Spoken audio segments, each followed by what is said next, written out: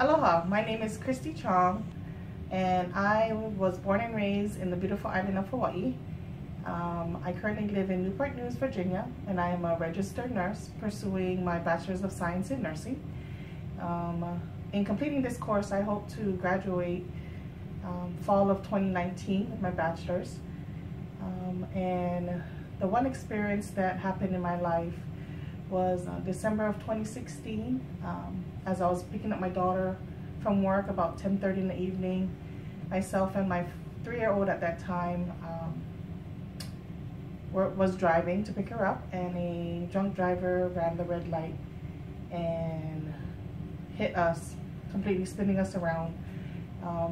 In that process, I had shattered my heel, and thank God that my son was okay. He was in his car seat and he did not move, so thank God for that. But during that time,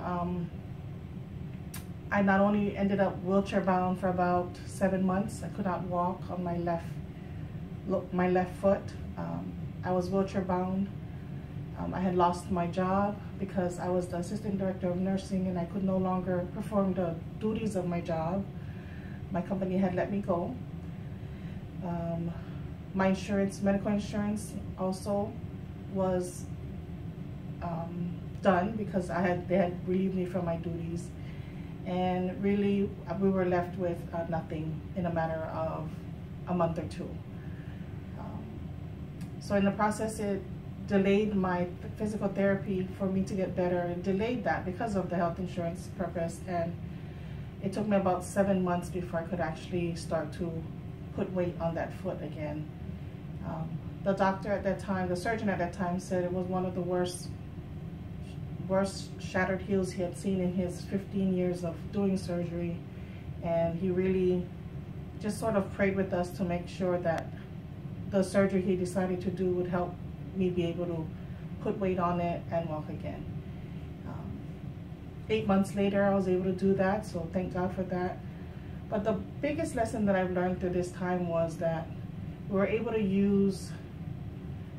we decided to follow God about 10 years ago when we first moved here to Virginia. And during that time, we were new Christians. A lot of people, our spiritual parents, fed us with a lot of word, wisdom, knowledge, and we took that over that time, and I was able to put some in reserve for just this moment in my life where I had gone from being the breadwinner for the home to not having any income at all.